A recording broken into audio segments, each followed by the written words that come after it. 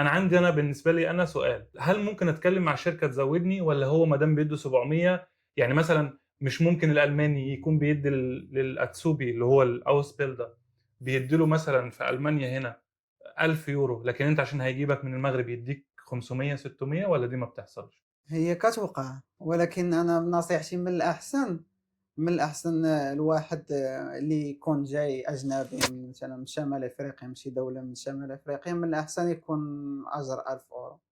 يعني أيوه، صعيبة 700€، فكرتك حلوة، 600€. صح، يعني يتكلم مع المشغّل يقول له